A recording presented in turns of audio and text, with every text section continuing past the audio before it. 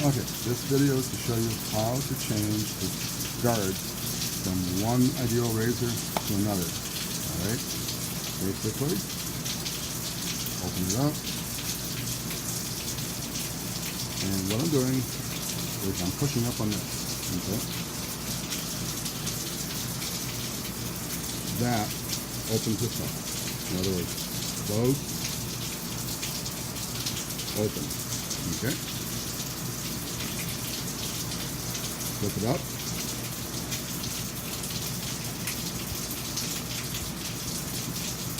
At that point, it will slide off. Voila.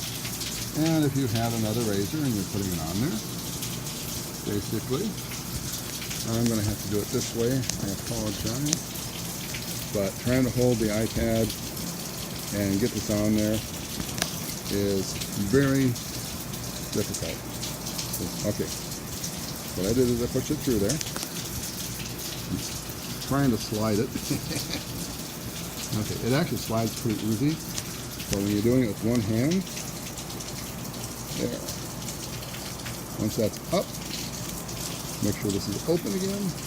And there's actually a little groove that slides in under there. Okay. There you go. That's it.